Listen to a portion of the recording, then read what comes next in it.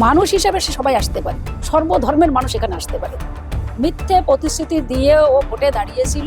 আমরা চাইছি অভিষেক বন্দ্যোপাধ্যায় বনগাঁ লোকসভায় এবং ঠাকুরনগর ঠাকুরবাড়ি গাইঘাটা বিধানসভার ভিতরে আসছে, এটা আমাদের গর্ব। ঠাকুরবাড়িতে পুজো দিতে আসবে, সেখানে আমাদের মতো মহাসংঘ এবং সাংগঠনিক আমার যারা দায়িত্বপূর্ণ আছে তাদের নিয়ে মিটিং, যে কিভাবে আমরা তাকে সুষ্ঠুভাবে নিয়ে এসে মন্দিরে পুজো দিয়ে আবারও এখান থেকে আবার ওর গন্তব্যে পৌঁছাতে পারে, সেটা নিয়েই আমাদের আজকে মিটিং ছিল। দেখুন, এটা ওর কাজ, যার যার কাজ সে করে। কে কি করবে আমরা ওগুলো চিন্তা করি না, যার যার কর্ম সে করবে। যদি ভক্তদের অসুবিধা, সে ভক্তরা এসে আমাদের বলবে। এখানে কে বন্ধ করে দেয়? মন্দিরে কারা থাকে? ভক্তরাই তো পুজো দিতে যায় মন্দিরে। ওখানে কি পুলিশ প্রশাসন ভিতরে ঢুকে দরজা আটকিয়ে দেয়? এগুলো মিথ্যে প্রতিশ্রুতি মানুষকে দিয়ে আর মানুষকে ভুল বোঝানো যাবে না।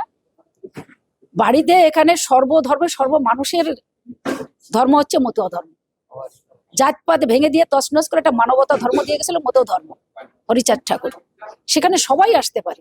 আমরা বলছি না কে কোন পার্টি করে না পারে, এটা পরের কথা। মানুষ হিসেবে সে সবাই আসতে পারে, সর্বধর্মের মানুষ এখানে আসতে পারে। তারা এসব মন্দিরে নিজে হাতে পুজো দিতে পারে।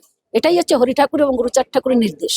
সেটা মানুষ দেখেছে, তারা জবাব চাইতে গেছিল, তার কাছে সান্ত্বনার বার্তা নেওয়ার জন্য গেছিল। কিন্তু তার যে চিন্তা ভাবনা, সে সেটা বুঝিয়ে দিয়েছে যে সে কি ধরনের মানুষ। তার যে মনোভাব, মিথ্যে প্রতিশ্রুতি দিয়ে ও ভোটে দাঁড়িয়েছিল, মানুষকে তার জন্য জবাব চাইতে গেছিল। বিভিন্ন সময় সিএর মাধ্যম দিয়ে এবং হিন্দুর কার্ড বিলি করে তাদের টাকা নিয়েছে। তারা সেটাকে নিয়ে তার জানতে গেছিল যে কি হয়। আপনারা সেটা নিজে চোখে দেখেছেন। এর জবাবও মতোরা দেবে, মতোদের গায়ে হাত দেওয়া, তাদের মারা, জবাব সেটা দেবে। আমি একটু আগেই শুনতে পেলাম, যেটা সব থেকে বড় যে তারা প্রেস মিডিয়া করেছে যে অভিষেকের ক্ষমা চাইতে হবে। কেন? অভিষেক কি অন্যায় করেছে নাকি? মাননীয় মুখ্যমন্ত্রী মমতা বন্দ্যোপাধ্যায় যেটা বলেছিল, তার যে উন্নয়ন, যে আবার হরি ঠাকুরের নামে যে কাজগুলো উনি করে দিয়েছে, মতো ধর্মের জন্য যে কাজ করেছে, সেটা তো কেন বলছে না?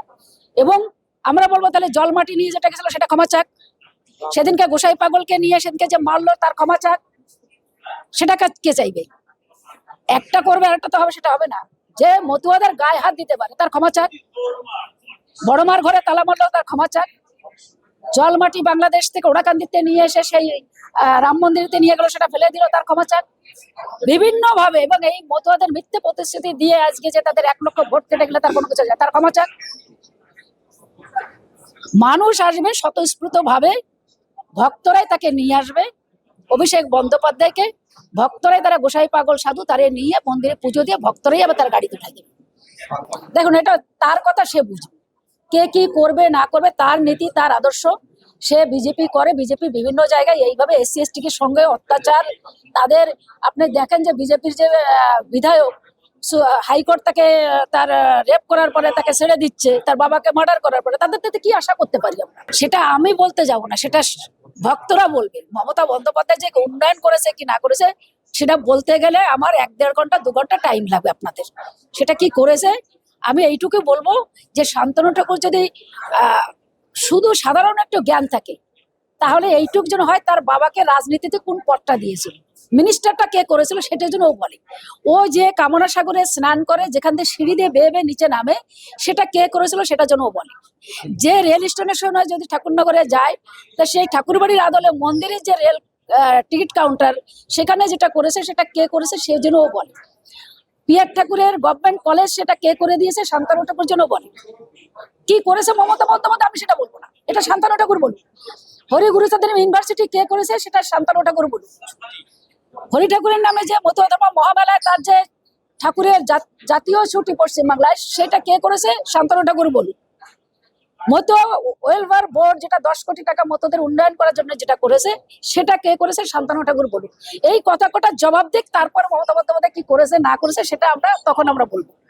সেদিনকে যে গোসাই পাগলকে মেরেছে নিজে হাতে, তার সম্পাদক, সেটা টিভিতে দেখা যাচ্ছে, নিউজে দেখা যাচ্ছে, ক্যামেরায় দেখা যাচ্ছে।